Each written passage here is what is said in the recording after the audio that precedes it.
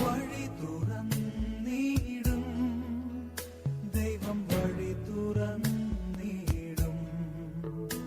N ദുഃഖത്തിൽ N ഭാരത്തിൽ ആശയറ്റ വേളയിൽ വഴി അടയുമ്പോൾ ദൈവകരം പ്രവർത്തിക്കും.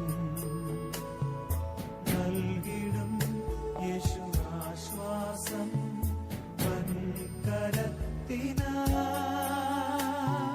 ദൈവശക്തിയാൽ.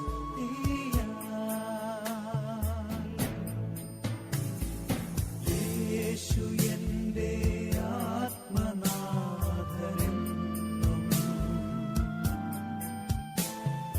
കൈവിടില്ല ഒരു നാളും എന്നെ.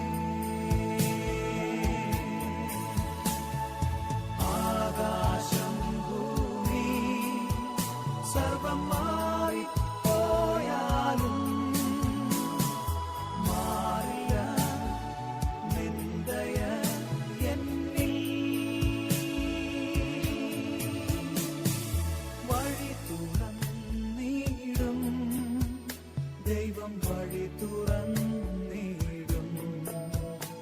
എൻ ദുഃഖത്തിൽ എൻ ഭാരത്തിൽ ആശയറ്റ വേളയിൽ വഴി അടയുമ്പോൾ ദൈവകരം പ്രവർത്തിക്കും. നൽകിടും യേശു ആശ്വാസം വൻകരത്തിനാൽ, ദൈവശക്തിയാൽ.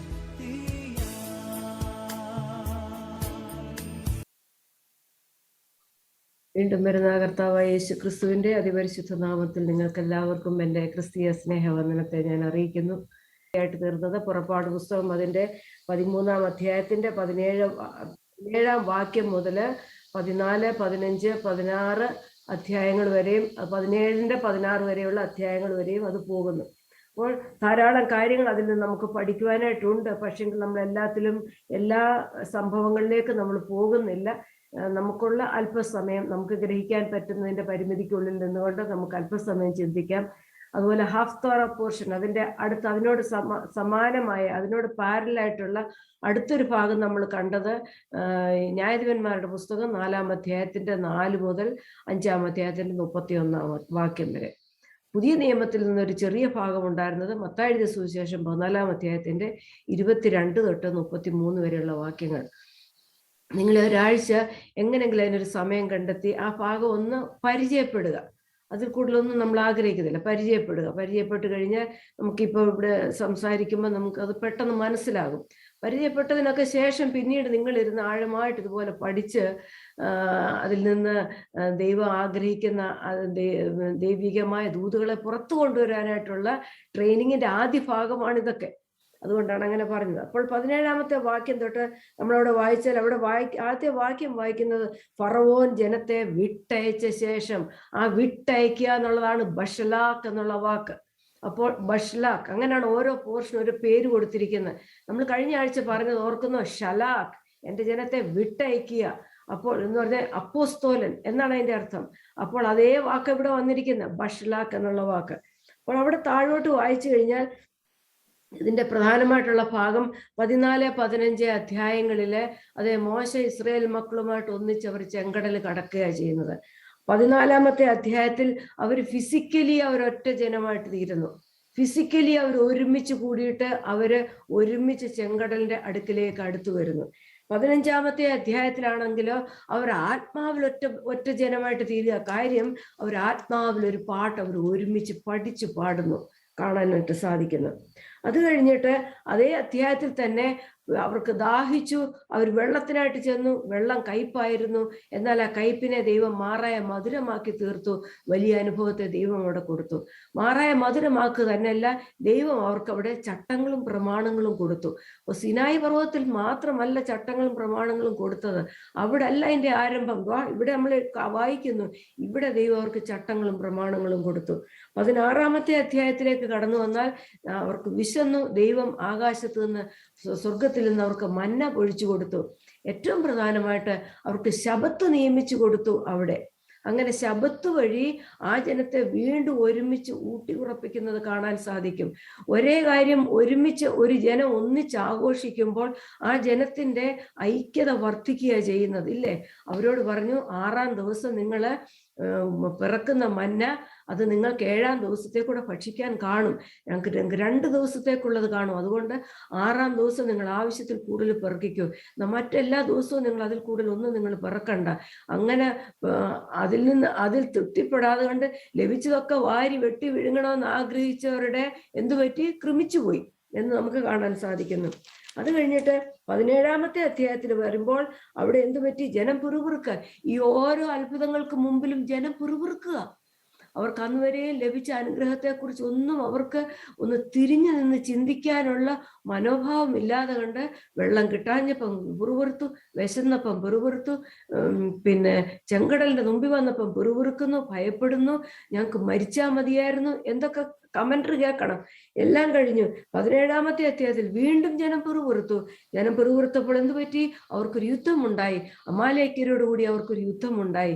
ആ യുദ്ധത്തെയും ദൈവം അവർക്ക് വേണ്ടിയിട്ട് ജയിച്ചു കൊടുക്കുക ചെയ്യുന്നത്. ദൈവം അവർക്ക് വേണ്ടിയിട്ട് അവിടെ യുദ്ധം ചെയ്യുന്നു. അവരുടെ പിറുപിറുപ്പൊന്നും ദൈവം വകവെച്ചില്ല. പിന്നെയോ മോശ മലയുടെ മുകളിൽ കയറി മോശയുടെ കരം താങ്ങിക്കൊണ്ട് അഹരോനും ഹൂറും നിന്നു അവിടെ ദൈവജനത്തിന് അവിടെ ജയം കൽപ്പിച്ച് കൊടുക്കുന്നത് കാണാൻ സാധിക്കുന്നു. ഇതാണ് നമ്മുടെ തോറ പോർഷന്റെ മുഴുവൻ ഭാഗം. ന്യായാധിപന്മാരുടെ പുസ്തകത്തിൽ 4-ാം അധ്യായത്തിലേക്ക് കടന്നു വന്നാൽ ഇതുപോലെ ഒരു ദബോറ ഒരു കനാന്യ രാജാവുമായിട്ട് യുദ്ധത്തിന് പുറപ്പെടുന്നു. ബാരാക്കിനോട് പറഞ്ഞു, നീ പൊയ്ക്കോ, ദൈവം നിന്നെ അവരുടെ കയ്യിൽ ഏൽപ്പിക്കും. ബാരാക്ക് പറഞ്ഞു, എനിക്ക് പേടിയ. ഒരു സ്ത്രീയുടെ മുമ്പിൽ അവൻ ഭയക്കുന്നു. എന്നാൽ ദബോറ പറഞ്ഞു, ഇല്ല, ഞാൻ കടന്നു വരാം. ദബോറ എന്ന പ്രവാചകി എന്നാണ് അവിടെ എഴുതിയിരിക്കുന്നത്. ദബോറ കൂട്ടത്തിൽ പോയി അതേ ജയം അവർക്ക് കൊടുത്തു. അതിനുശേഷം ദബോറ തപ്പെടുത്ത് ദബോറ ഒരു പാട്ടുപാടി, ജനം ഒരുമിച്ച് പാടി, ജനം ആനന്ദിച്ചു കാണാൻ സാധിക്കുന്നു. മത്തായിയുടെ സുവിശേഷത്തിലേക്ക് കടന്നു വന്നാൽ ഇന്നത്തെ നമ്മുടെ വേദഭാഗം മത്തായി 14:22-33 അവിടെ കാണാൻ സാധിക്കും. ഇവിടെ ചെങ്കടൽ കൂടി ജനം ജലത്തിന്റെ അടിയിൽ കൂടി കടന്നുപോയെങ്കിൽ അവിടെ അതാ ഓളങ്ങളുടെ മീതെ ദൈവം നിർത്തുന്നതായിട്ട് നമുക്ക് കാണാൻ സാധിക്കുന്നു. നമ്മളിങ്ങനെ 3 ഭാഗങ്ങൾ ഒരുമിച്ച് വെച്ച് ചിന്തിക്കുമ്പോൾ ഇതിന് 3-നുമുള്ള സാമ്യം വളരെയധികമാണ്. അതിനെക്കുറിച്ച് അല്പം സംസാരിക്കാനും ഞാൻ ആഗ്രഹിക്കുക. കടന്നു വരാൻ നമുക്ക് പുറപ്പാട് പുസ്തകത്തിന്റെ 17-ാമത്തെ അധ്യായത്തിൽ അവിടെ 19-ാം വാക്യത്തിൽ എന്താ വായിക്കുന്നത്? മോശ യോസഫിന്റെ അസ്ഥികളും എടുത്തുകൊണ്ടാണ് പോയത്. ദൈവം നിങ്ങളെ സന്ദർശിക്കും നിശ്ചയം, അപ്പോൾ അസ്ഥികൾ നിങ്ങളെ ഇവിടുന്ന് കൊണ്ടുപോകണമെന്ന് ഇസ്രായേൽ മക്കളെ കൊണ്ട് സത്യം ചെയ്യിച്ചു. നമ്മൾ കഴിഞ്ഞ പ്രാവശ്യം അസ്ഥി ഒന്നും ഒടിഞ്ഞു പോകുകയില്ല എന്നുള്ള പ്രവചനത്തെ കുറിച്ച് അല്പം നമ്മൾ പഠിച്ചില്ലേ. അപ്പോൾ ജോസഫ് കർത്താവായ യേശു ക്രിസ്തുവിന് പ്രതിബിംബമായിട്ട് നിൽക്കുന്നു. ഒരുവന്റെ അസ്ഥി എന്ന് പറഞ്ഞാൽ അവന്റെ ശരീരത്തിന്റെ എസൻസ് അസ്ഥി എന്ന് പറഞ്ഞാൽ. അപ്പോൾ അങ്ങനെ ജോസഫിന്റെ ശരീരത്തിന്റെ എസൻസ് ആകുന്ന അസ്ഥി എടുത്തുകൊണ്ട് ഇസ്രായേൽ മക്കൾ വിശ്വാസത്തോടു കൂടി അവർ ഈജിപ്തിൽ നിന്ന് പെസഹ കുഞ്ഞാടിന്റെ ചോരത്തളി ആചരിച്ച് അവരവിടെ നിറങ്ങുകയാണ്. ആ അസ്ഥി അവർ വഹിച്ചുകൊണ്ട് പോകുന്നിടത്തോളം നാള് അതേ അവർക്ക് കനാൻ നാട്ടിൽ പ്രവേശിക്കത്തക്കവണ്ണം ദൈവം അവർക്ക് വലിയ വിടുതലുകളെ കൊടുത്തു എന്ന് കാണാൻ സാധിക്കുന്നു. അങ്ങനെ അസ്ഥിയെ ചുമന്ന ഒരു ജനം. അപ്പോൾ ഇവിടെ നമ്മൾ കണ്ടു ജോസഫ് കർത്താവ് യേശു ക്രിസ്തുവിനെ കാണിക്കുന്നു. അവിടെ ഏറ്റവും കൂടുതൽ കർത്താവ് യേശു ക്രിസ്തുവിനെ പ്രതിബിംബിക്കുന്ന ആളാണ് തിരുവചനത്തിലെ ജോസഫ്. ഏകദേശം 40-45ഓളം സമാനതകൾ ജോസഫിനും കർത്താവ് യേശു ക്രിസ്തുവിനുമുണ്ട്.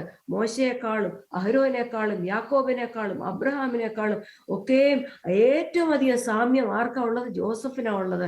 അങ്ങനെ ഇവർ ജോസഫിന്റെ അസ്ഥികളുമായിട്ട് പോകുന്ന ഇസ്രായേൽ ജനം ദൈവത്തിന്റെ കരങ്ങളാൽ നടത്തപ്പെടുന്നത് കാണാൻ സാധിക്കുന്നു. അവിടെ വായിക്കുന്നല്ലോ 17-ാമത്തെ വാക്യത്തില് അതേ അവർ ജോസഫിന്റെ അസ്ഥികളെ അവർ ചുമന്നു കൊണ്ടുപോയി.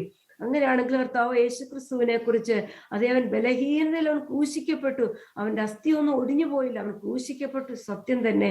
പക്ഷെങ്കിൽ അവന്റെ ശരീരം അവൻ മനുഷ്യനായതുകൊണ്ട് അവന്റെ ബലഹീനതയിൽ അവൻ ക്രൂശിക്കപ്പെട്ടിട്ടും അവൻ ദൈവശക്തിയാൽ ജീവിക്കുന്നു. നമ്മുടെ പാപങ്ങൾ അവന്റെ അസ്ഥിയെ ഒരിക്കലും തകർത്ത് കളഞ്ഞില്ല. ഒരുവന്റെ പാപം അവന്റെ അസ്ഥിയെ തകർക്കുമ്പോൾ അതേ എന്റെ ഒടിഞ്ഞ അസ്ഥികൾ ഉല്ലസിക്കട്ടെ എന്ന് ദാവീദ് പറയുന്നു. എന്നാൽ കർത്താവായ യേശു ക്രിസ്തുവിന്റെ അസ്ഥി തകർക്കും വണ്ണം നമ്മുടെ പാപത്തിന്റെ ശക്തി ക്രിസ്തുവിന്റെ അസ്ഥി ഒരിക്കലും തകർത്തിരുന്നില്ല. അവന്റെ ബലഹീനതകളും ക്രൂശിക്കപ്പെട്ടിട്ടും അവൻ ദൈവശക്തിയിൽ ജീവിക്കുന്നു.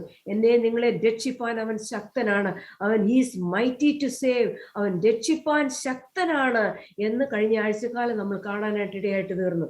നമുക്ക് കടന്നു വരാം അടുത്തൊരു ഭാഗത്തേക്ക്. 14-ാമത്തെ അധ്യായത്തിലേക്ക് നമ്മൾ പ്രവേശിക്കാം. 14-ാമത്തെ അധ്യായത്തിലേക്ക് പ്രവേശിക്കുമ്പോൾ അവിടെ എഴുതിയിരിക്കുന്നു, പിന്നെ ഈ തുടങ്ങിയ ഭാഗത്ത് 17-ാം വാക്യത്തിൽ ഒരു കാര്യം എഴുതിയിരിക്കുന്നു. ദൈവം എന്ത് ചെയ്തു?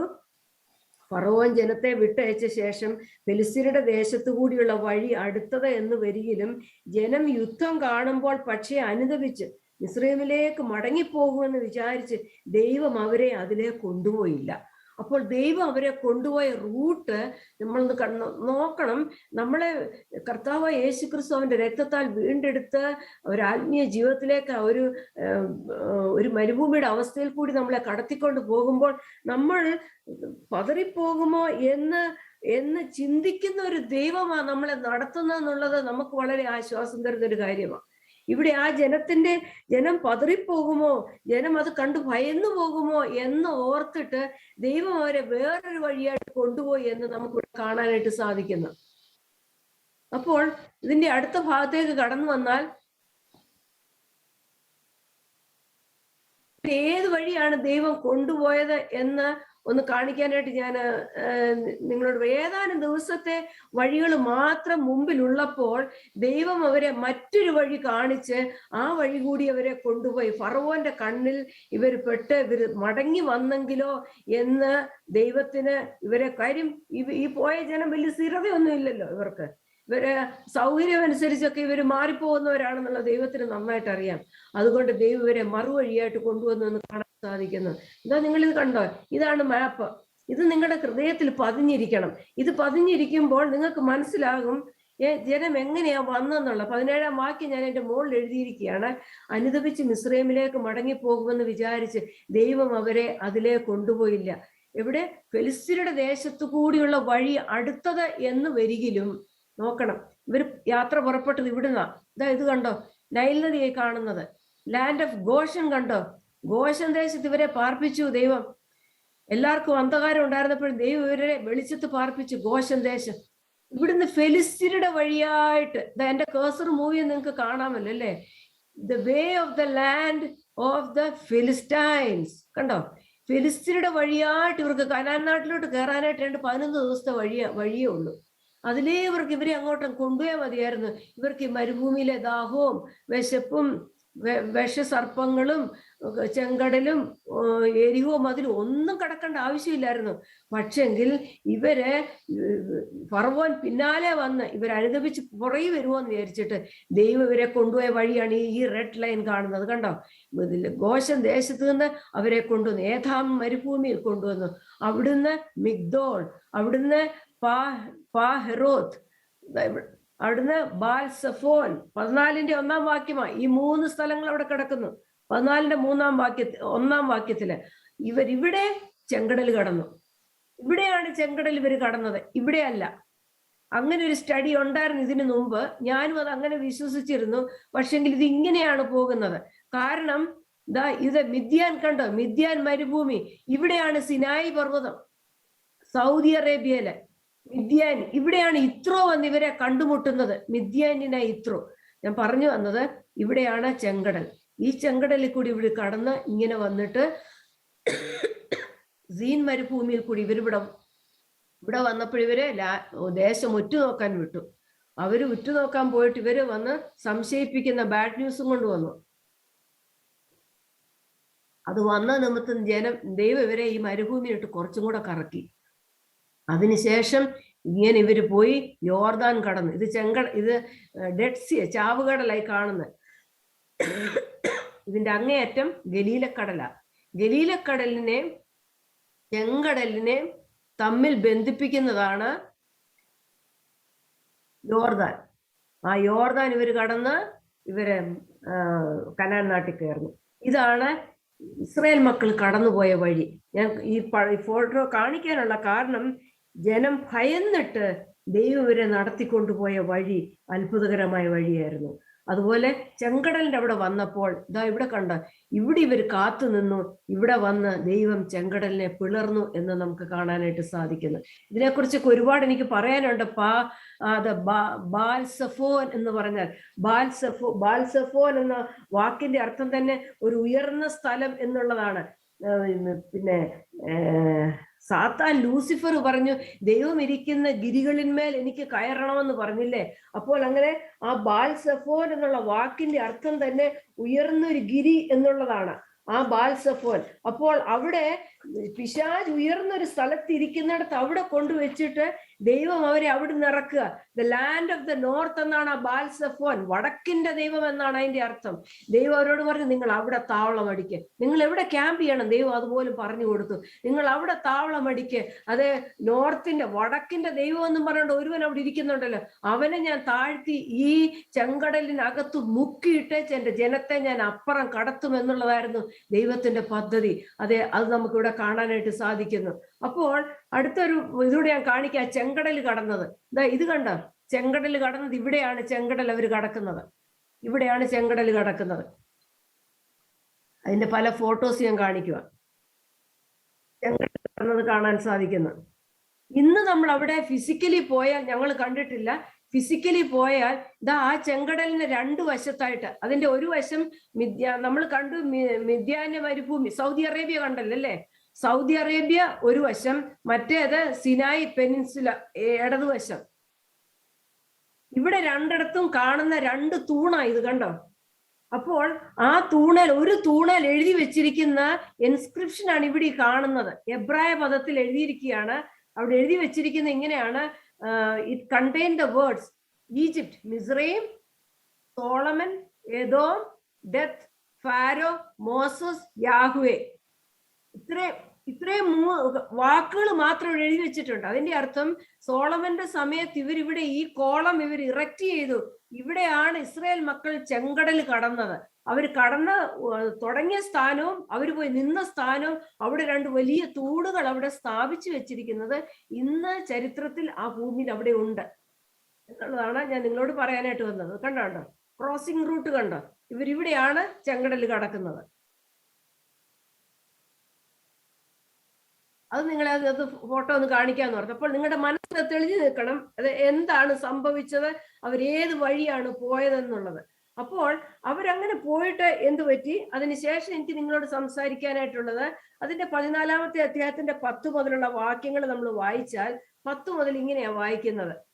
ഇവര് രക്തത്തലിയൊക്കെ ആചരിച്ച് രക്ഷിക്കപ്പെട്ട് വീണ്ടെടുക്കപ്പെട്ട് ഹല്ലേലൂയ ഒക്കെ പറഞ്ഞ് പുളിപ്പില്ലാത്ത അപ്പമൊക്കെ ഭക്ഷിച്ച് അവരവിടുന്ന് ഇറങ്ങി വന്നു, ദൈവ മക്കളായിട്ട് ഇറങ്ങി വന്നു. പക്ഷെങ്കിൽ അങ്ങനെ ഇറങ്ങി വന്നിരിക്കുന്ന നമ്മളുടെയും അവരുടെയും ജീവിതത്തിലൊക്കെ സംഭവിക്കുന്ന ചില കാര്യങ്ങളെ ഊന്നി പറയാനായിട്ട് വരിക. 10 മുതലുള്ള വാക്യങ്ങൾ ഇങ്ങനെ വായിക്കുന്നു. ഫറവോൻ അടുത്തു വരുമ്പോൾ ഇസ്രായേൽ മക്കൾ തല ഉയർത്തി, മിസ്രൈമർ പിന്നാലെ വരുന്നത് കണ്ട് ഏറ്റവും ഭയപ്പെട്ടു. നോക്കണം, ഫറവോൻ അടുത്തു വരുമ്പോൾ ഇസ്രായേൽ മക്കൾ തല ഉയർത്തി, മിസ്രൈമ്യർ പിന്നാലെ വരുന്നത് കണ്ട് ഏറ്റവും ഭയപ്പെട്ടു. ദൈവമക്കൾ തല ഉയർത്തി, ഒന്നാമത്തെ കാര്യം, ദൈവമക്കൾ തല ഉയർത്തി എങ്ങോട്ട് നോക്കാനാ പറഞ്ഞിട്ടുള്ളത്? ദൈവമക്കൾ തല ഉയർത്തി എങ്ങോട്ടാണ് നോക്കേണ്ടത്? അബ്രഹാമിനോട് ദൈവം പറഞ്ഞു, നീ തല ഉയർത്തി നോക്ക്, ഇടതും വലത്തും മുൻപോട്ടും നോക്ക്, കാണിപ്പാനിരിക്കുന്ന ദേശത്തേക്ക് നീ വിശ്വാസത്തോടെ പോ. ഇതാ ഇവിടെ രക്തത്താൽ വീണ്ടെടുക്കപ്പെട്ട ജനം തല ഉയർത്തി നോക്കി പിന്നാലെ വരുന്ന ഫറവോനെ നോക്കിയവര്. നമ്പർ 1. എന്നിട്ട് എന്തു പറ്റി? അങ്ങനെ നോക്കിയത് കൊണ്ട് അവർ ഭയപ്പെട്ടു. ഇസ്രായേൽ മക്കൾ യഹോവയോട് അത് കാരണമായിട്ട് അവർ നിലവിളിച്ചു. ഇവരുടെയൊക്കെ ചില ആക്ഷൻസ് ആണ് ഞാൻ ഈ പറയുന്നത്. അപ്പോൾ രക്ഷിക്കപ്പെട്ടു വീണ്ടെടുക്കപ്പെട്ടു ഉദ്ധാരണം പ്രാപിച്ച് ഇറങ്ങി വന്ന ജനം അവർ തലയുയർത്തി ശത്രുവിനെ നോക്കുന്നു, അവർ ഭയപ്പെടുന്നു, അവരത് നിമിത്തം അവർ ദൈവത്തോട് നിലവിളിക്കുന്നു. 11-ാം വാക്യം, അവർ മോശയോട്, മിസ്രൈമിൽ ശവക്കുഴി ഇല്ലാഞ്ഞിട്ടോ നീ ഞങ്ങളെ മരുഭൂമിയിൽ മരിപ്പാൻ കൂട്ടിക്കൊണ്ടുവന്നത്. അപ്പോൾ അവരവിടുന്ന് വീണ്ടെടുത്ത് പുറത്തു കൊണ്ടുവന്നെങ്കിലും അവർക്ക് മരണഭയം വിട്ടുപോയിട്ടില്ല. ഞങ്ങൾ ഈ വഴിയിലെങ്ങാനും ചത്തുപോയാലോ എന്നുള്ളതാണ് അവരുടെ അപ്പോഴത്തെയും ചിന്ത. ഞങ്ങളെ മരിപ്പാനാന്നോ കൊണ്ടുവന്നത്? ഞങ്ങളെ അങ്ങേ അറ്റം കൊണ്ട് കനാൻ നാട്ടിൽ കൊണ്ടെത്തിക്കുവാൻ ഈ ദൈവത്തിന് കഴിവ് പോരാ എന്നൊരു ചിന്ത അവരുടെ ഹൃദയത്തിലുള്ളത് കൊണ്ടല്ലേ ഇങ്ങനെ ചോദിക്കുന്നത്. മിസ്രൈമിൽ ശവക്കുഴി ഇല്ലാഞ്ഞിട്ട്, മിസ്രൈമിൽ എന്തോ ഉണ്ട്? there are lot of mummies. There are a lot of pyramids. അതെ, പിന്നെ മമ്മിഫൈ ചെയ്ത് വെച്ചിരിക്കുന്ന ഒരുപാട് ഡെഡ് ബോഡീസ് ഇപ്പോഴും കാണാനുണ്ട് അവിടെ. കണ്ണില്ലാത്തതും അസ്ഥി ഇല്ലാത്തതും കവളൊട്ടിയതുമായിട്ടുള്ള മമ്മിഫൈ ചെയ്തത്. ഇസ്രായേൽ മക്കൾക്ക് ആഗ്രഹം ഇപ്പോഴും അങ്ങോട്ട് കടന്നു പോകാനായിട്ടാ.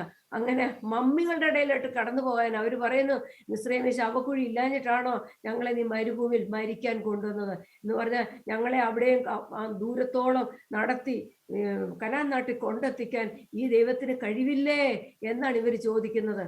അടുത്ത വാക്യം 11ാമത്തെ വാക്യത്തിൽ പറയുന്നു, നീ ഞങ്ങളെ മിസ്രൈമിൽ നിന്ന് പുറപ്പെടുവിച്ചതിനാൽ ഞങ്ങളോട് ഈ ചെയ്തത് എന്ത്? പുറപ്പെടുവിച്ചനോട് ചോദിക്കുക, കുശവനോട് ചോദിക്കുക, കളിമണ്ണ് ചോദിക്കുക, എന്ത് അധികാരം കുശവനോട് ചോദിക്കാൻ, എന്നെ നിർമ്മിച്ചത് എന്തിന് എന്ന് ചോദിക്കുന്നത് പോലൊരു ചോദ്യം ഞങ്ങളോട് ഈ ചെയ്തത് എന്തിനെന്ന്.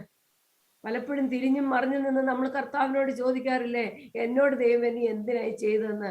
അത് ഇസ്രായേൽ മക്കൾ തന്നെയല്ല ചോദിച്ചത്, ഇന്നും ഇന്നലകളിലും നമ്മൾ ഓരോരുത്തരും ചോദിച്ചിട്ടുള്ള ചോദ്യമാ. 12ാം വാക്യം, മിസ്രൈമ്യർക്ക് വേല ചെയ്യുവാൻ ഞങ്ങളെ വിടണം. ഇത്രയും നാൾ ചെയ്തൊന്നും പോരാ.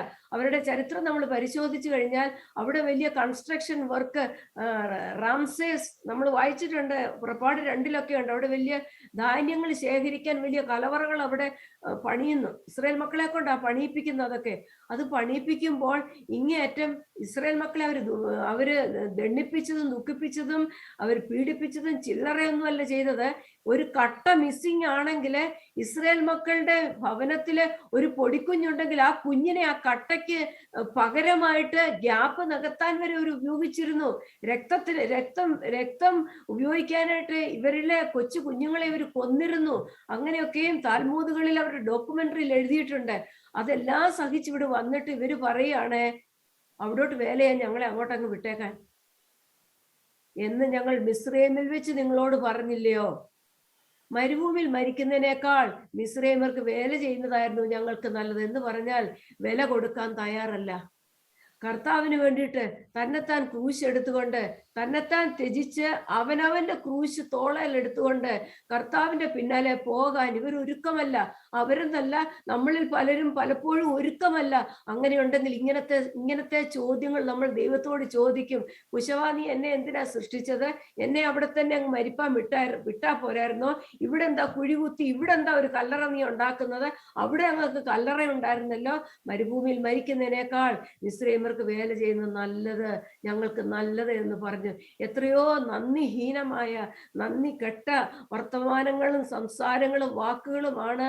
അതെ, രക്തം കൊടുത്ത് വിലയ്ക്ക് വാങ്ങി ഉദ്ധരിച്ച് വീണ്ടെടുത്ത് ബാധകളെ അയച്ച് ശത്രുക്കളുടെ സംഹാരത്തെ കണ്ണിന്റെ മുമ്പിൽ കാണിച്ച് ഇറക്കി ഈ ജനം അവര് സംസാരിക്കുന്നത് ദൈവത്തോട്. ആ പിതാവിന്റെ ഹൃദയം എത്രമാത്രം വേദനിച്ചു കാണും. ഇവിടെ ഞാനൊന്ന് ലിസ്റ്റ് ചെയ്തു, ഏകദേശം 6 തരത്തിലെ ആൾക്കാരുണ്ട് ഇവിടെ.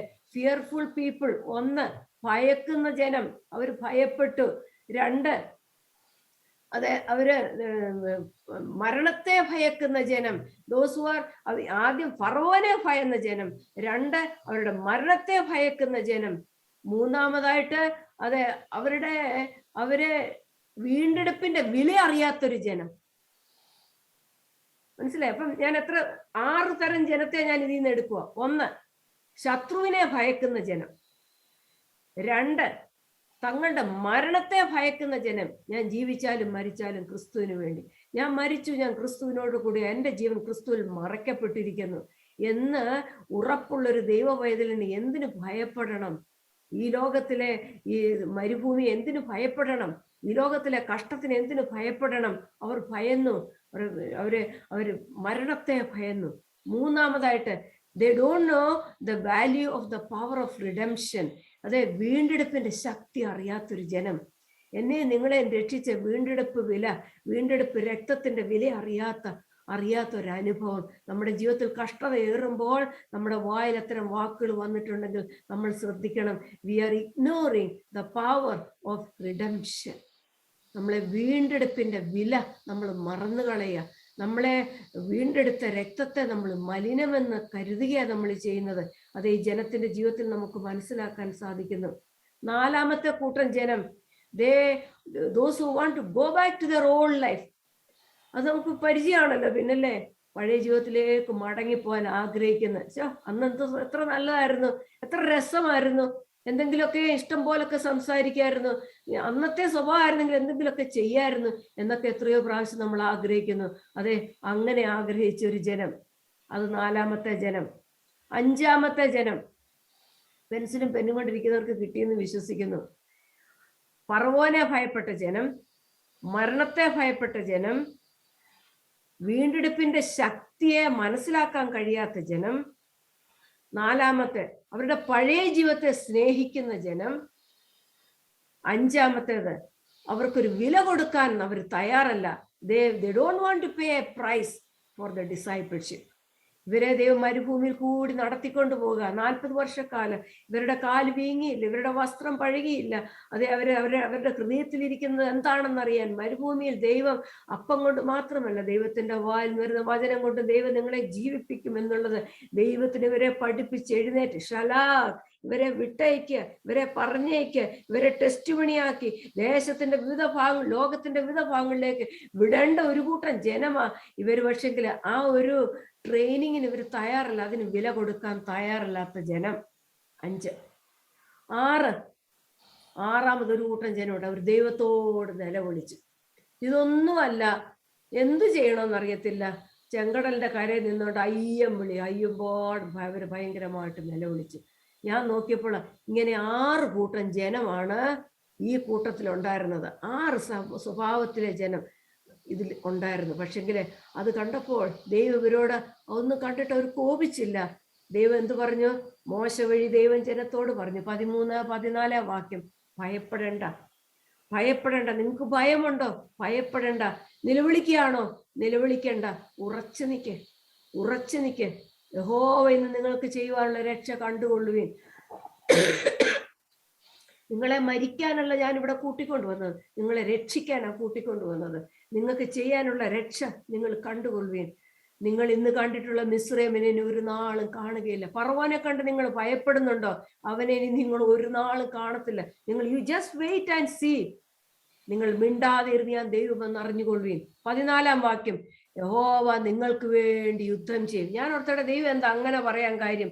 അപ്പൊ ഇവർ യുദ്ധം ചെയ്യാൻ ഇവർ ഒരു പക്ഷെങ്കിൽ തുനിഞ്ഞു കാണും. ഇവർ വരട്ടെ, ഞങ്ങളൊരു അരക്കൈ നോക്കാമെന്ന്. ഞാൻ പറയാൻ കാരണം എന്താണെന്നറിയാമോ? അതിന്റെ 14-ാമത്തെ അധ്യായത്തിന്റെ 8-ാം വാക്യത്തില് ഇസ്രായേൽ മക്കൾ യുദ്ധസന്നദ്ധരായിട്ട് അവിടുന്ന് പുറപ്പെട്ടത്. അവരവരുടെ യുദ്ധം ചെയ്യാൻ വേണ്ടിയിട്ടൊന്നും അല്ല.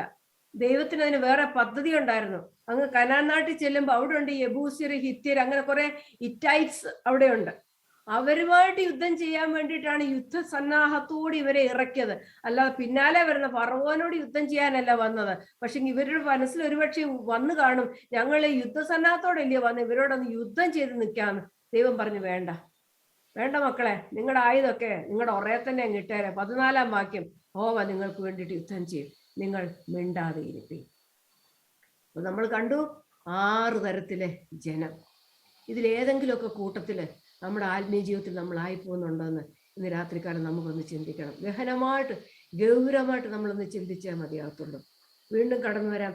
അതിന്റെ 14-ന്റെ 19 തൊട്ട് 20 വരെയുള്ള വാക്ക്. അവരിപ്പോൾ എവിടെ നിൽക്കുന്നത്? ചെങ്കടലിന്റെ മുമ്പിൽ. റെഡ് സീ അല്ല, റീഡ് സീ എന്ന് അതിന്റെ ഒറിജിനൽ വാക്ക്. റീഡ് എന്ന് പറഞ്ഞാല് ഞാങ്ങണ ഇടതൂർന്ന് വളരുന്ന ഒരു നദിയാണ് ആ റെഡ് സീ, ചെങ്കടല്. അതുകൊണ്ട് അതിന് റീഡ് സീ എന്നാ പറയുന്നത്. അത് ട്രാൻസ്ലേഷനിൽ വന്നപ്പോൾ, സെപ്റ്റുവജന്റിൽ വന്നപ്പോഴാണ് അതിന്റെ ഒരു മിസ്സായിപ്പോ റെഡ് സീ ആയിപ്പോയത്. നമുക്ക് വായിക്കാം 19-20 വാക്യങ്ങൾ. അനന്തരം ഇസ്രയേലിയരുടെ സൈന്യത്തിന്റെ മുമ്പായി നടന്ന ദൈവദൂതൻ അവിടെ നിന്ന് മാറി. ഇവരിപ്പോ ചെങ്കടലിന്റെ വാതിൽക്കൽ നിൽക്കുക. പുറകോട്ട് നോക്കിയപ്പോൾ ഫറവോനുണ്ട്, മുൻപിൽ ചെങ്കടൽ നിൽക്കുന്നു. അങ്ങനെ നിൽക്കുമ്പോൾ എന്തു പറ്റി? അനന്തരം ഇസ്രയേലിയുടെ സൈന്യത്തിന് മുമ്പായി നടന്ന ദൈവദൂതൻ അവിടെ നിന്ന് മാറി. അപ്പൊ ഇവരുടെ മുമ്പ് ഒരു ദൈവദൂതൻ നടക്കുന്നുണ്ട്. അവരുടെ ആ ദൈവദൂതൻ മാറി എങ്ങോട്ട് മാറി? പിൻപിൽ വന്നു. മേഘസ്തംഭം അവരുടെ മുമ്പിൽ നിന്ന് മാറി അവരുടെ പിൻപിൽ പോയി നിന്നു. അപ്പൊ മുൻപിൽ ദൈവദൂതനുണ്ട്, മേഘസ്തംഭമുണ്ട്. ഈ പഴയ നിയമത്തിലൊക്കെ ദൈവദൂതൻ പേരില്ലാതെ, ദ നെയിം ദൈവദൂതൻ, അതെ, നീട്ടിയ ഭുജം എന്നൊക്കെ പറയുന്നത് ക്രിസ്തുവിനെയാണ് കാണിക്കുന്നത്. അതെല്ലാം ക്രിസ്തുവിന്റെ നിഴല. അപ്പോൾ ഇവരുടെ മുമ്പിൽ നടന്ന ദൈവദൂതൻ അവിടുന്ന് മാറി ഇവരുടെ പിൻപിൽ നിന്നു. ഇവരുടെ മുമ്പിൽ നടന്ന, നിങ്ങളുടെ ബൈബിൾ നോക്കിക്കോണം, ഞാൻ വായിക്കുന്നൊക്കെ അവിടെ ഉണ്ടോന്ന് കേട്ടോ. പുറപ്പാട് 14:19-20 വാക്യമാണ് ഞാൻ വായിക്കുന്നത്. മേഘസ്തംഭം അവിടെ നിന്ന് മാറി പിൻപിൽ പോയി നിന്നു. 20 വാക്യം. രാത്രി മുഴുവൻ മിസ്രയീമ്യരുടെ സൈന്യവും ഇസ്രായേലിന്റെ സൈന്യവും തമ്മിൽ അടുക്കാതെ വണ്ണം അത് അവയുടെ മധ്യേ വന്നു നിന്നു. എന്തൊക്കെ? ദൈവത്തിന്റെ ദൂതനും മേഘസ്തംഭവും ഫറവോന്റെയും ഇസ്രായേൽ മക്കളുടെ നടുവിൽ വന്ന് നിൽക്കുക. അവർക്ക് മേഘവും അന്ധകാരവുമായിരുന്നു, ഇവർക്കോ രാത്രിയെ പ്രകാശമാക്കി കൊടുത്തു. ഗോശൻ ദേശത്ത് മാത്രമല്ല അവിടെ രാത്രിയെ പ്രകാശമാക്കിയത്, മരുഭൂമിയിലും രാത്രിയെ പ്രകാശമാക്കി തീർക്കാൻ കഴിയുന്ന വലിയൊരു ദൈവത്തിന്റെ നമുക്ക് വേണ്ടി യുദ്ധം ചെയ്യുന്ന ഒരു ദൈവത്തോടു കൂടിയാണ് ഇവർ യാത്ര പുറപ്പെട്ടിരിക്കുന്നത്. അങ്ങനെയാണെങ്കിൽ എന്നെ കേൾക്കുന്ന ദൈവത്തിന്റെ മക്കളെ, നമുക്ക് എന്തിനാ ഭയപ്പെടാനായിട്ടുള്ളത്? അതെ, അവരങ്ങനെ വന്നു. അങ്ങനെ വന്ന് അവർ അതിനുശേഷം ചെങ്കടലിലേക്ക് അവർ യാത്രയായി. ചെങ്കടലിന്റെ അടിയിൽ കൂടി ദൈവം ഒരുക്കിയ വഴിയിൽ കൂടി അവർ കടന്നുപോയി. ഈ ഭാഗത്ത് നിർത്തിക്കൊണ്ട് ഞാൻ ഇതിനു മുമ്പ് ഞങ്ങളുടെ ബൈബിൾ സ്റ്റഡിക്കൊക്കെ പറഞ്ഞിട്ടുണ്ട്. റബ്ബായിമാർ ഇതിനെക്കുറിച്ച് പറയുന്ന ഒരു കമന്ററി എന്താണെന്ന് ചോദിച്ചു കഴിഞ്ഞാൽ, പലസ്തീന്റെ നാട്ടിൽ അതെ വളരെ പ്രാഗൽഭ്യം ഉള്ള ഒരു ആട്ടിടയൻ ചെയ്യുന്ന ഒരു കാര്യം, തൻ്റെ ആടുകളെ കൂട്ടിക്കൊണ്ട് അങ്ങനെ പോകുമ്പോൾ ചെന്നായെ ആക്രമിക്കാൻ വരുന്നത് കാണുമ്പോൾ ഈ ആട്ടിടയൻ എന്ത് ചെയ്യുമെന്നറിയാമോ? ആട്ടിൻകൂട്ടത്തിന്റെ കൂട്ടത്തിൽ നിന്ന് ഏറ്റവും ബലമേറിയ ഒരു കോലാടിനെ, തന്നെ ശക്തിയുള്ള ഒരു കോലാടിനെ, അസ്ഥികൾക്ക് ശക്തിയുള്ള, പൊരുതാൻ ശക്തിയുള്ള, നല്ല തലയെടുപ്പുള്ള ഒരു നല്ലൊരു കോലാടിനെ ഇങ്ങോട്ട് എടുത്തിട്ട് എന്ത് ചെയ്യുമെന്നറിയാമോ? ഈ ആട്ടിടയൻ ആ വരുന്ന ചെന്നായെ, വരുന്ന സിംഹമോ വരുന്ന കരടിയോ എന്തു തന്നെ ആയിക്കൊള്ളട്ടെ, ഈ കോലാടിനെ വലിച്ച് ആ ശത്രുവിന്റെ മുമ്പാകെ, ആ ചെന്നായുടെ മുമ്പാകെ എറിഞ്ഞു കൊടുക്കും. എറിഞ്ഞു കൊടുത്തിട്ട് പറയും, നൗ യു ബോത്ത് ഡീൽ, നിങ്ങൾ രണ്ടുപേരും കൂടെ തന്നെ യുദ്ധം ചെയ്തോ, നിങ്ങൾ യുദ്ധം ചെയ്തോ. ഇവിടെ ബാക്കിയുള്ളത് ഒടിഞ്ഞതും കാലൊടിഞ്ഞതും പരിക്കു പറ്റിയതും തള്ളകളും കൊച്ചുകുട്ടികളും ദീനം പിടിച്ചതും പലതരത്തിലെല്ലാം ഉണ്ട്. എന്തു ചെയ്യും ഈ നല്ല ഇടയന്?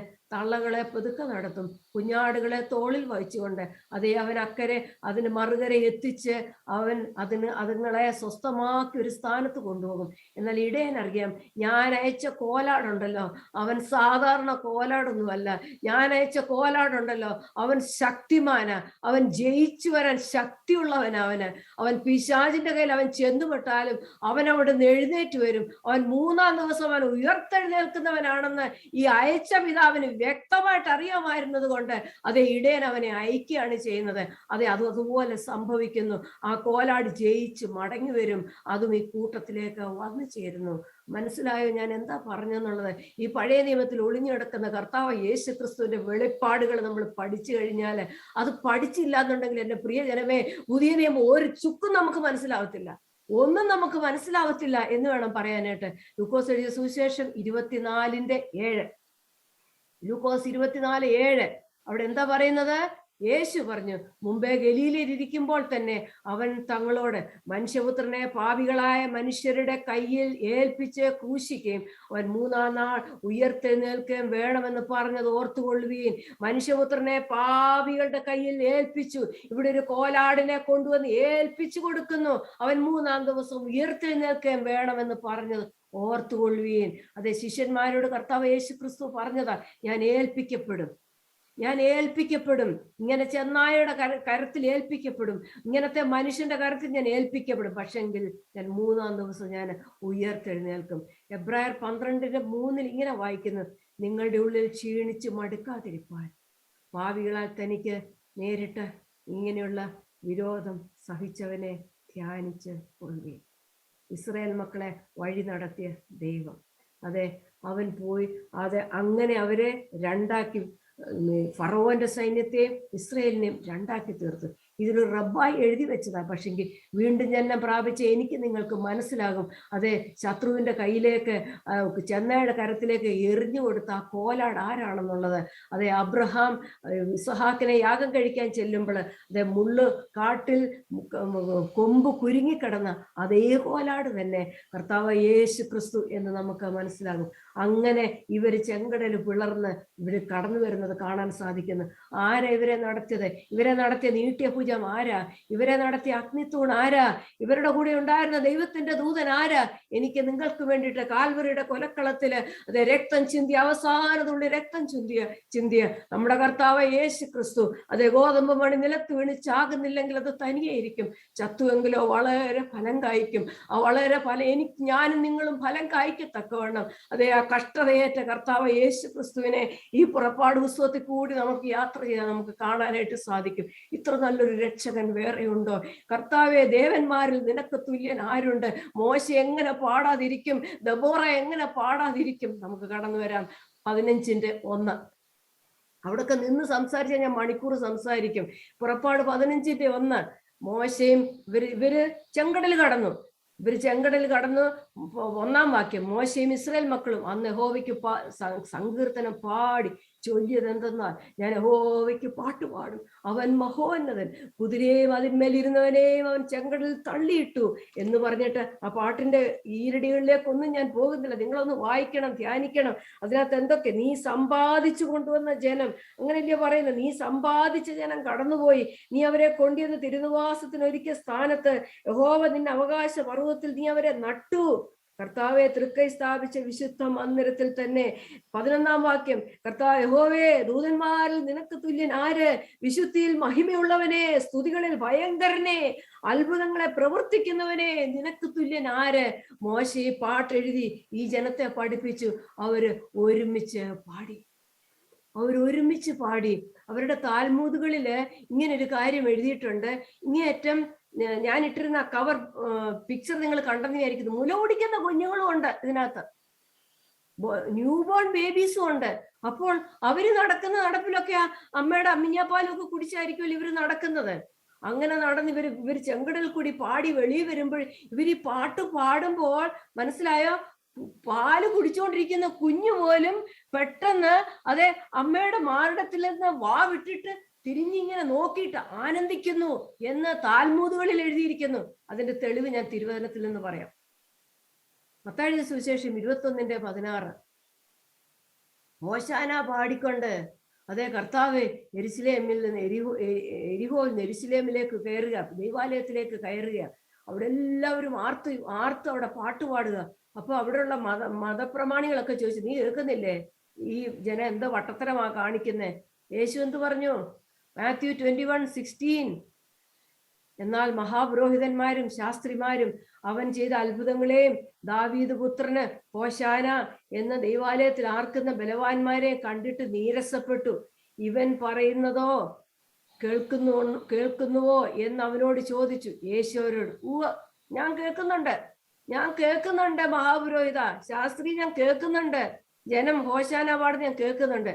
ശിശുക്കളുടെയും മുല കുടിക്കുന്നവരുടെയും വായിൽ നീ പുകഴ്ച ഒരുക്കിയിരിക്കുന്നു എന്നുള്ളത് നിങ്ങൾ ഒരിക്കലും വായിച്ചിട്ടില്ലയോ? ഇതെവിടെയാ എഴുതിയിരുന്നേ? സങ്കീർത്തനം 8:2 എഴുതിയിരിക്കുന്നു. സങ്കീർത്തനം 8:2 നിന്റെ വൈരികൾ നിമിത്തം ശത്രുവിനെയും പകയനെയും മിണ്ടാതാക്കുവാൻ തന്നെ നീ ശിശുക്കളുടെയും മുല കുടിക്കുന്നവരുടെയും വായിൽ ബലം നിയമിച്ചിരിക്കുന്നു. ഇതെവിടാ സംഭവിച്ചത്? ചെങ്കടൽ പിളർന്നപ്പോഴ്. അന്നവിടെ suckling babies, they were also singing unto the Lord. അവര് പോലും മോശ പഠിപ്പിച്ച പാട്ട് അവര് പാടി. ഇന്ന് എനിക്ക് നിങ്ങൾക്കൊരു പാട്ടുണ്ടോ നമ്മുടെ അടുത്ത ആത്മീയ തലമുറയ്ക്ക് പകർന്നു കൊടുക്കാൻ? എന്നെ നിങ്ങളുടെ അകത്തൊരു വിശ്വാസത്തിന്റെ പാട്ടുണ്ടോ? എന്നെ നിങ്ങളുടെ അകത്തൊരു വിടുതലിന്റെ പാട്ടുണ്ടോ? എന്റെ നിങ്ങളുടെ അകത്തൊരു പ്രത്യാശയുടെ പാട്ടുണ്ടോ? എങ്കിൽ എന്റെ നിങ്ങളുടെ ജീവിതം ധന്യമായി.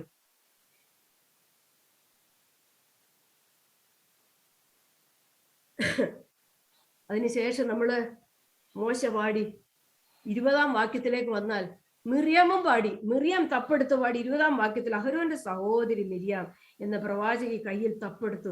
സ്ത്രീകൾ എല്ലാവരും തപ്പുകളോടും നൃത്തങ്ങളോടും കൂടി അവളുടെ പിന്നാലെ ചെന്നു. മിരിയാം അവരോട് പ്രതികാരമായി ചൊല്ലിയത്, യഹോവയ്ക്ക് പാട്ടുപാടുവീൻ, അവൻ മഹോന്നതൻ, കുതിരയെയും അതിന്മേലിരുന്നവനെയും അവൻ കടലിൽ തള്ളിയിട്ടിരിക്കുന്നു എന്ന് പറഞ്ഞിട്ട് മിരിയാം പാട്ടുപാടി.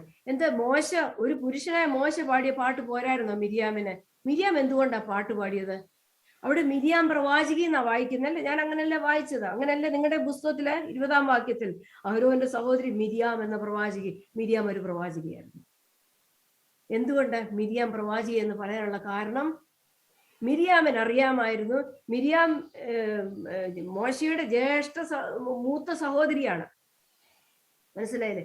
ഏകദേശം 5-6 വയസ്സിന് മൂത്തതാണ് മോശയെക്കാളും. പുറപ്പാട് 2-4 വയസ്സിൽ അവിടെ എഴുതിയിട്ടുണ്ട്, മോശക്കുഞ്ഞിന് എന്ത് ഭവിക്കുമെന്നറിയുവാൻ അവന്റെ പെങ്ങള് ദൂരത്ത് നിന്നിരുന്നു. ആ സമയങ്ങളിൽ ഇസ്രായേൽ മക്കളെ എബ്രായരെ അതികഠിനമായിട്ട് ഈ ഫറവോന്റെ സൈന്യം ദണ്ണിപ്പിച്ചിരുന്നത് നിമിത്തം അവർക്ക് ഇങ്ങേറ്റം ഇനി അടുത്തൊരു കുഞ്ഞ് നമുക്ക് വേണ്ട, ഉണ്ടെങ്കിൽ ആ കുഞ്ഞിനെ അവർ നൈൽ നദിയിൽ ഇട്ടുകളയും എന്ന് ഭയന്നിട്ട് പോലും ഭവനങ്ങളിൽ കുഞ്ഞുങ്ങൾ ഉണ്ടാകാൻ വിസമ്മതിച്ചിരുന്നു മാതാപിതാക്കൾ. പക്ഷെങ്കിൽ ഈ മിറിയാം എന്ന പ്രവാചകി തൻ്റെ സ്വന്തം അപ്പനോടും അമ്മയോടും പ്രവചിച്ചു എന്നാണ് പറയുന്നത് ജൂയിഷ് ഡോക്യുമെന്ററിയില്. അതെ, നമുക്കിവിടെ ഒരു ആൺപൈതൽ വേണം, അവൻ ഇസ്രായേലിന്റെ വീണ്ടെടുപ്പുകാരനായിരിക്കുമെന്ന് അവൾ പ്രവചിച്ചിരുന്നു. അതിനുശേഷമാണ് മോശ ഉണ്ടായതും അങ്ങനെയാണ് ആ മോശയെ അവിടെ ഞാങ്ങണപ്പെട്ടകത്തിനകത്ത് കൊണ്ടിട്ടതും. അതുകൊണ്ടാണ് അവൾ അവിടെ വിശ്വാസത്തോടെ നിൽക്കുന്നത്. അവളല്ലാതെ അയ്യോ എൻ്റെ ഇളയ ആങ്ങളക്കൊച്ചൻ എന്തോ പറ്റുവോ, അവൻ ചത്തുപോകുവോ, അവനെ മുതല വിഴുങ്ങുവോ എന്നോർത്തൊന്നും അവൾ പേടിച്ചില്ല നിന്നത്. അവക്കറിയായിരുന്നു അതെ ഇവൻ ഇസ്രായേലിന്റെ വീണ്ടെടുപ്പുകാരനാണ്, ഇവൻ ഇസ്രായേലിനെ വിടുവിക്കാൻ ദൈവം കണ്ടിരിക്കുന്നവനാണെന്ന്. അതുകൊണ്ട് അവൻ എന്ത് ഭവിക്കുമെന്നറിയുവാൻ അവന്റെ പെങ്ങൾ ദൂരത്ത് നിന്ന് നോക്കിക്കൊണ്ടിരുന്നു. So she is the one who have gone through the deep pain experience and persecution. മോശ കണ്ടതിനേക്കാളും ആഴമേറിയ കഷ്ടത ഈ മിറിയാം കണ്ടു. ആഴമേറിയ വിഷമങ്ങൾ, മാതാപിതാക്കളുടെ വിഷമങ്ങൾ ആര് കണ്ടു? മിറിയാം കണ്ടു. അതുകൊണ്ടാണ് ആ നൈൽ നദിയുടെ അവിടെ പൂർണ്ണ പ്രത്യാശയോടെ അതെ ഈ വീണ്ടെടുപ്പുകാരനെ ദൈവം എഴുന്നേൽപ്പിച്ചുകൊണ്ട് വരുമെന്നുള്ള വലിയ വിശ്വാസത്തോടെ അവിടെ നിൽക്കുന്നത്. ഈ ആഴമേറിയ വേദന കണ്ട മിരിയാം എങ്ങനെ തപ്പെടുക്കാതിരിക്കും, എങ്ങനെ പാടാതിരിക്കും? So her experience is far more deep than Moses. മോശയെക്കാളൊക്കെ എത്രയോ അധികമായിരുന്നു അവളുടെ എക്സ്പീരിയൻസ്. അതുകൊണ്ട് അവൾ അവളുടെ തപ്പെടുത്തു, അവള് പാടി. ഇന്ന് നമുക്ക് അങ്ങനെ ഒരു തപ്പെടുത്ത് പാടാൻ പറ്റുമോ? ആഴമേറിയതാണ് വേദനയെങ്കിൽ നമ്മുടെ പാട്ടും ആഴമേറിയതായിരിക്കട്ടെ. ആഴമേറിയതാണ് നമ്മൾ കടന്നു പോകുന്ന ഞെരുക്കമെങ്കിൽ അത് ആഴമേറിയതായിരിക്കട്ടെ നമ്മുടെ വീണ്ടെടുപ്പിന്റെ ഗാനം. അത് നിങ്ങളുടെ ഹൃദയങ്ങളിൽ നിങ്ങൾ ഓർക്കണം. എങ്ങനെ മോശയുടെ ഇവരുടെ കയ്യിൽ എന്തൊക്കെയുണ്ട്? സ്ത്രീകൾ എല്ലാവരും തപ്പുകളോടും നൃത്തങ്ങളോടും. നോക്കണം, ഇവരുടെ കയ്യിലെല്ലാം തപ്പുണ്ട്. അപ്പോൾ ഇത് ജൂയിഷ് ഡോക്യുമെന്ററിയിൽ എഴുതിയിട്ടുണ്ട്, ചില സ്ത്രീകൾ വളരെ വിശ്വാസത്തോടെ തന്നെ അവിടെ നിന്ന് ഇറങ്ങിയത്. നമ്മളെ വിടുവിക്കുന്ന ഒരു ദിവസം വരും, അന്ന് നമുക്ക് മതിമറന്ന് ആഘോഷിച്ച് ദൈവസന്നിധി നമുക്ക് പാടണം, നമുക്ക് തപ്പെടുത്ത് ദൈവത്തെ ആരാധിക്കണം. അങ്ങനെ അവർ തപ്പോടുകൂടി അവിടെ നിന്ന് ഇറങ്ങിയത്. അവർ യുദ്ധസന്നാഹത്തോടെ ദൈവം അവരെ ഇറക്കിയത്, ഫുൾ സെറ്റപ്പോടുകൂടി ഇറങ്ങിയൊരു ജനം. ഇതുപോലൊരു ജാതി ഏതുള്ളൂ? ഇതുപോലൊരു ജനം ഏതുള്ളൂ? രക്തത്താൽ വീണ്ടെടുക്കപ്പെട്ട എന്നെ നിങ്ങളെയും പോലെ ഇതുപോലൊരു ജനം ആരെ ഈ ഭൂമിയിലുള്ളത്? നമ്മുടെ ദൈവത്തെ പോലൊരു ദൈവം ആരുള്ളൂ? നമ്മുടെ പാറയെ പോലൊരു പാറ വേറെ ആരുള്ളൂ? അതുകൊണ്ട് മിറിയാം അവിടെ പാടി. ഈ മോശയുടെ പാട്ട് ഇവിടെ കൊണ്ട് തീരുമല്ല. ഈ മോശയുടെ പാട്ട് വെളിപ്പാട് പുസ്തകത്തിൽ നമുക്ക് കാണാൻ സാധിക്കും. വെളിപ്പാട് 15:1-4 വരെ വായിച്ചാൽ അതെ അവിടെ കർത്താവ് യേശു ക്രിസ്തു തന്റെ മൂക്കിലെ ശ്വാസത്താൽ ശത്രുവിനെല്ലാം അറുതി വരുത്തിയതിന് ശേഷം 1-4 വരെ വായിച്ചാൽ, ഞാൻ വലുതും അത്ഭുതകരമായ മറ്റൊരടയാള സ്വർഗത്തിൽ കണ്ടു. ഒടുക്കത്തെ 7 ബാധയുള്ള 7 ദൂതന്മാരെ തന്നെ. അതോടുകൂടി ദൈവക്രോധം തീർന്നു. ദൈവത്തിന്റെ ക്രോധം, ഈ ക്രോധ കലശമെല്ലാം ഭൂമിയിൽ ഒഴിച്ചു കളഞ്ഞ് ദൈവത്തിന്റെ ക്രോധം എല്ലാം തീർന്നതിന് ശേഷം ദൈവത്തിന്റെ ദൈവത്തോട് ചേർന്ന് നിന്നുകൊണ്ട്, 2-ാം വാക്യം, തീ കലർന്ന പളുങ്കുകട പോലെ ഒന്നും മൃഗത്തോടും അതിന്റെ പ്രതിമയോടും പേരിന്റെ സംഖ്യയോടും ജയിച്ചവർ. ആരാണ് ജയിച്ചവർ? ദൈവത്തിന്റെ വീണകൾ പിടിച്ചുകൊണ്ട് പളുങ്കുകടലിനരികെ നിൽക്കുന്നത് ഞാൻ കണ്ടു. 3-ാം വാക്യം, അവർ ദൈവത്തിന്റെ ദാസനായ മോശയുടെ പാട്ടും കുഞ്ഞാടിന്റെ പാട്ടും പാടി ചൊല്ലിയത്, സർവശക്തിയുള്ള ദൈവമായ കർത്താവേ, നിന്റെ പ്രവർത്തികൾ വലുതും അത്ഭുതകരമായത്. സർവ്വജാതികളുമായുള്ള രാജാവേ, നിന്റെ വഴികൾ നീതിയും സത്യവുമായവ. കർത്താവേ, ആർ നിന്റെ നാമത്തെ ഭയപ്പെടാതെയും മഹത്വപ്പെടുത്താതെയും ഇരിക്കും? നീയല്ലോ ഏക പരിശുദ്ധൻ. നിന്റെ ന്യായവിധികൾ വിളങ്ങി വന്നതിനാൽ സകല ജാതികളും വന്ന് തിരുസന്നിധിയിൽ നമസ്കരിക്കും. ഈ മോശ ഇവിടെ പുറപ്പാട് പുസ്തകം 15-ാം അധ്യായത്തിൽ ജനത്തോടു കൂടി ചേർന്ന് പാടിയ പാട്ട്, വെളിപ്പാട് പുസ്തകം 15-ാമത്തെ അധ്യായത്തിൽ അവിടെ മോശയുടെ പാട്ടും കുഞ്ഞാടിന്റെ പാട്ടും എന്നാ പറയുന്നത്. മോശയുടെ പാട്ടും കുഞ്ഞാടിന്റെ പാട്ടും ഒരേ പാട്ട് തന്നെ. അതെ, ഈ പാട്ട് അവിടെ വീണ്ടും ദൈവമക്കൾ ജയിച്ചു വരുന്നവൻ, മൃഗത്തിന്റെ സംഖ്യയോട് ജയിക്കുന്നവൻ, മൃഗത്തിന്റെ പ്രതിമയ്ക്ക് മുമ്പിൽ മുട്ടുകുത്താത്തവൻ അവിടെ ജയിച്ചു വരുന്നവന് പാടാനുള്ള പാട്ടാ. ഇവിടെ ഫറവോന്റെ മുമ്പിൽ മുട്ടുകുത്താതെ ഫറവോന്റെ കയ്യിൽ നിന്ന് ജയിച്ചിറങ്ങി വന്നവൻ പാടിയ പാട്ട് വെളിപ്പാട് പുസ്തകത്തിൽ പാടുന്നത് നമുക്ക് കാണാനായിട്ട് സാധിക്കുന്നു. അങ്ങനെ ഇവര് അവിടുന്ന് ഇറങ്ങി അതെ ദൈവസന്നിധിയിൽ അവർ പാട്ടുപാടി സന്തോഷിക്കുന്നത് നമുക്ക് കാണാനായിട്ട് സാധിക്കുന്നു. വീണ്ടും നമുക്ക് കടന്നു വരാം. അതെ, ഒറ്റൊരു ഭാഗം കൂടി നിങ്ങളെ കാണിച്ചിട്ട് ഞാൻ ഇവിടെ നിർത്തുകയാണ് ചെയ്യുന്നത്. മത്തായിയുടെ സുവിശേഷം 14-ാമത്തെ അധ്യായം നമ്മൾ വായിച്ചില്ലല്ലേ? 14-ാമത്തെ അധ്യായം നിങ്ങൾക്ക് കാണാൻ സാധിക്കുന്നുണ്ട്. സോങ് ഓഫ് സീ, ഇതാണ് മോശയുടെ പാട്ട്. ഇതിന്റെ പ്രത്യേകതയാണ് ഞാൻ നിങ്ങളെ കാണിക്കാൻ പോകുന്നത്. ഇതിന്റെ മുകളിലത്തെ ഒരു 5 വരി കണ്ടോ? ഇതാണ് സാധാരണ ഹീബ്രു ടെക്സ്റ്റ്. അതിന്റെ താഴെ തൊട്ട് ഇത് പുറപ്പാട് 15. അതിന്റെ താഴെ തൊട്ട് മോശയുടെ പാട്ടാ കാണുന്നത്. ആ ഇടവിട്ട് ഞാൻ കാണിക്കാം.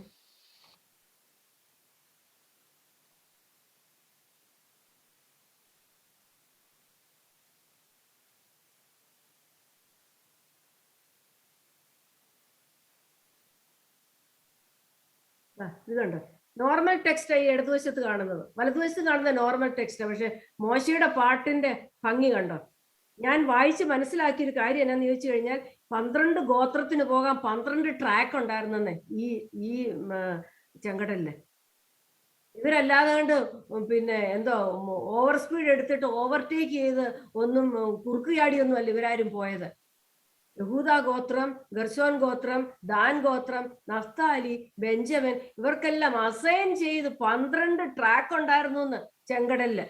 അങ്ങനെ ഇവര് ട്രാക്ക്, ആ ഓരോ ട്രാക്കിൽ അവരവർക്ക് നിയമിക്കപ്പെട്ട ട്രാക്കിൽ ഇവർ പോയെന്നാണ് ജൂയിഷ് ഡോക്യുമെന്ററിയിൽ പറയുന്നത്. അതേ സമയത്ത് അങ്ങനെ പോകുമ്പോൾ തന്നെ ഇവർക്ക് തമ്മിൽ കാണാനായിട്ട് ജലം കൊണ്ടുള്ള ഈ ഭിത്തിക്കകത്ത് ഇങ്ങേറ്റം ജനൽ വരെ ഉണ്ടായിരുന്നു എന്നാണ് അവരവിടെ എഴുതി വെച്ചിരിക്കുന്നത്. ദൈവത്തിന് എന്താ ചെയ്യാൻ കഴിയാത്ത? നമ്മുടെ ദൈവത്തിന് എന്താ ചെയ്യാൻ കഴിയാത്തത്? ഇത് മോശയുടെ പാട്ട്. ഇത് അവരുടെ തോറായിലെ സ്ക്രോളിലെ അതിന്റെ ഡിഫറൻസ് ഞാൻ നിങ്ങളെ കാണിച്ചത്. അടുത്തതായിട്ട് നമുക്ക് കടന്നു വരാം.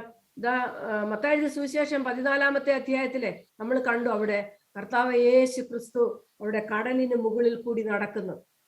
അതിന്റെ കണക്ഷൻ കണ്ടോ? ഇതെങ്ങനെ പുറപ്പാട് പുസ്തകവും മത്തായിയുടെ സുവിശേഷം 14-ാമത്തെ അധ്യായം തമ്മിലെ ബന്ധം കണ്ടോ? ഞാൻ ഇതുകൊണ്ട് നിങ്ങളോട് വായിച്ചിട്ട് വരണമെന്ന് പറഞ്ഞു. വായിക്കുമ്പോൾ നിങ്ങൾക്ക് മനസ്സിലാകും എന്താ അവിടെ സംഭവിച്ചതെന്ന്. റെഡ് സീ കടന്നപ്പോഴേ പുറപ്പാട് 13 തൊട്ട് 17 വരെയുള്ള അധ്യായങ്ങളില് ഫറവോൻ അടുത്തു വരുമ്പോൾ ഇസ്രായേൽ മക്കൾ തല ഉയർത്തി മിസ്രൈമർ പിന്നാലെ വരുന്നത് കണ്ട് ഏറ്റവും ഭയപ്പെട്ടു. അവർ യഹോവയോട് നിലവിളിച്ചു. മത്തായി 14:30 എന്താ വായിക്കുന്നത്? എന്നാൽ അവർ കാറ്റ് കണ്ടു പേടിച്ചു. ആര്? പത്രോസ് കാറ്റ് കണ്ടു പേടിച്ചു. മുങ്ങിത്തുടങ്ങിയാൽ കർത്താവേ എന്നെ രക്ഷിക്കണമേ എന്ന് നിലവിളിച്ചു. കണ്ടോ?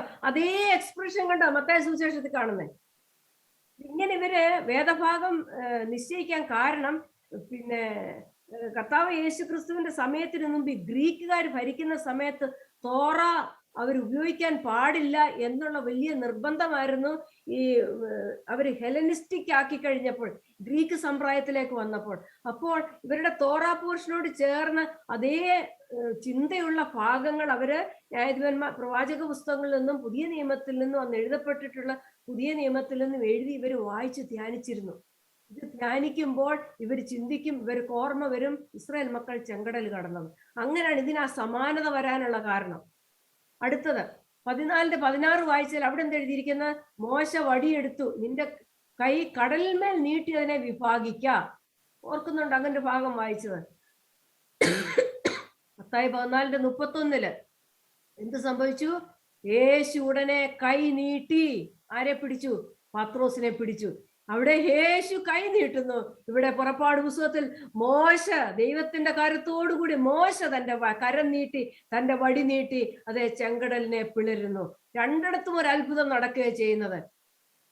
പുറപ്പാട് 17:9 വായിക്കുന്നു, അപ്പോൾ മോശ യോശുവയോട്, നീ ആളുകളെ തിരഞ്ഞെടുത്ത് പുറപ്പെട്ട് അമാലേക്കിനോട് യുദ്ധം ചെയ്യുക. ഞാൻ നാളെ കുന്നിൻ മുകളിൽ ദൈവത്തിന്റെ വടി കയ്യിൽ പിടിച്ചുകൊണ്ട് നിൽക്കും എന്ന് പറഞ്ഞു. മോശ പറയുക യോശുവയോട്, അമാലേക്കിനോട് യുദ്ധം നടക്കുക.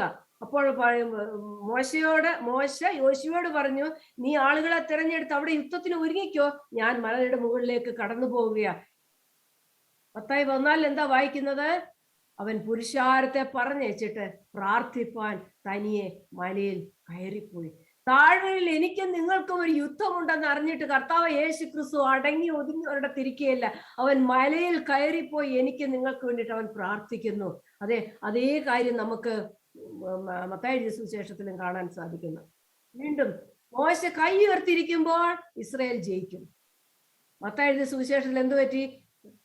യേശു ശാസിച്ച് കാറ്റ് അമർന്നു. അങ്ങനെ ഡിസൈപ്പിൾസ് അവിടെ, ശിഷ്യന്മാരവിടെ രക്ഷപ്പെട്ടു കാണാൻ സാധിക്കുന്നു. പഴയ പുറപ്പാട് പുസ്തകത്തിൽ മോശ കൈ ഉയർത്തിയപ്പോൾ ഇസ്രായേൽ ജനം ജയിച്ചു. ഇവിടെ കർത്താവ് യേശു ക്രിസ്തു ശാസിച്ചപ്പോൾ അവർക്കെതിരെ വന്നിരുന്ന കാറ്റ് അവിടെ അമർന്നിട്ട് അവിടെ ശിഷ്യന്മാർ ജയിക്കുന്നത് അവിടെ കാണാനായിട്ട് സാധിക്കുന്നു. കാറ്റവരെ വിഴുങ്ങിക്കളഞ്ഞ ഒരിക്കലും ശിഷ്യന്മാർ ജയിക്കത്തില്ലല്ലോ. എതിരെ വന്ന കാറ്റിനെ അമർത്തിക്കൊണ്ട് ശിഷ്യന്മാർ ജയിക്കുന്നു. പുറപ്പാട് പുസ്തകത്തില് ഇസ്രായേൽ ജയിക്കുന്നു. വീണ്ടും പുറപ്പാട് 14:13 വായിക്കുന്നു, മോശ ജനത്തോട്, ഭയപ്പെടേണ്ട, ഉറച്ചു നിൽപ്പീൻ, യഹോവ ഇന്ന് നിങ്ങൾക്ക് ചെയ്യുവാനിരിക്കുന്ന രക്ഷ കണ്ടുകൊള്ളുവീൻ. നിങ്ങൾ ഇന്ന് കണ്ടിട്ടുള്ള മിസ്രയീമിനെ ഇനി ഒരു നാളും കാണുകയില്ല. മത്തായി 14:27 വായിക്കുന്നു, ഉടനെ യേശു അവരോട്, ധൈര്യപ്പെടുവീൻ, ഞാനാകുന്നു, പേടിക്കേണ്ട എന്ന് പറഞ്ഞു. പുറപ്പാട് 14:16 ഇസ്രായേൽ മക്കൾ കടലിന്റെ നടുവെ ഉണങ്ങിയ നിലത്തുകൂടി കടന്നു പോകും. മത്തായി 14:29 പത്രോസ് പടകിൽ നിന്നിറങ്ങി യേശുവിന്റെ അടുക്കൽ ചെല്ലുവാൻ അവൻ വെള്ളത്തിന്റെ മീതെ നടന്നു. ഇസ്രായേൽ മക്കളെ കടലിന്റെ അടിയിൽ കൂടി ദൈവം അന്ന് നടത്തിയെങ്കിലേ പുതിയ നിയമത്തിൽ വരുമ്പോൾ നമുക്ക് കാണാൻ സാധിക്കുന്നു, പത്രോസിനെ കടലിന്റെ മീതെ കൂടി നടത്തിയ കർത്താവ് യേശു ക്രിസ്തു. പുറപ്പാടിൽ കണ്ടു നമ്മള്, അപ്പോൾ യഹോവ മോശയോട് അരുളി ചെയ്തു, നീ എന്നോട് നിലവിളിക്കുന്നത് എന്ത്? മുമ്പോട്ട് പോകാൻ ഇസ്രായേൽ മക്കളോട് പറയുക. മത്തായി 14 യേശു പറഞ്ഞു, കർത്താവെ എന്നെ രക്ഷിക്കണമേ എന്ന് പത്രോസ് നിലവിളിച്ചു. കർത്താവെ എന്നെ രക്ഷിക്കണമെന്ന് പത്രോസ് നിലവിളിച്ചു. യേശു പറഞ്ഞു, അല്പവിശ്വാസിയെ, നീ എന്തിനു സംശയിച്ചു എന്ന് പറഞ്ഞു. പുറപ്പാട് മോശയും ഇസ്രായേൽ മക്കളും അന്ന് യഹോവയ്ക്ക് സങ്കീർത്തനം പാടി ചൊല്ലിയത് എന്തെന്നാൽ, മത്തായി 14 എന്ത് വായിക്കുന്നു? പടകിലുള്ളവർ നീ ദൈവപുത്രൻ സത്യം എന്ന് പറഞ്ഞു. അവർ ദൈവത്തെ നമസ്കരിച്ചു. ഇവിടെയും ദൈവത്തെ ആരാധിക്കുന്നു, പാടുന്നു, നമസ്കരിക്കുന്നു, സങ്കീർത്തനം പാടി ചൊല്ലുന്നു. പുറപ്പാടിലെ ഇവിടെ മത്തായി സുവിശേഷത്തിൽ അവിടെ എന്താ വായിക്കുന്നത്? Those who were in the boat came and they worshipped him. അതേ കാര്യം നമുക്ക് ഇവിടെയും കാണാനായിട്ട് സാധിക്കുന്നു. അവിടെ എന്താ അവർക്ക് റിവീലായത്? അവന്റെ നീട്ടിയ ഭുജൻ റിവീലായി ചെങ്കടലില്. എന്നാൽ മത്തായി സുവിശേഷത്തിൽ റിവീലായത് എന്താണ്? വെളിപ്പെട്ടത് എന്താണ്? ദൈവപുത്രൻ എന്ന് വെളിപ്പെട്ടു. അവിടെ കടലിന്റെ അടിയിൽ വെളിപ്പെട്ട ക്രിസ്തു, ഇവിടെ കടലിന് മുകളിൽ വെളിപ്പെട്ട ക്രിസ്തു. അവിടെ കൺസീൽഡ് ആയിരുന്നു കർത്താവ് യേശു ക്രിസ്തു.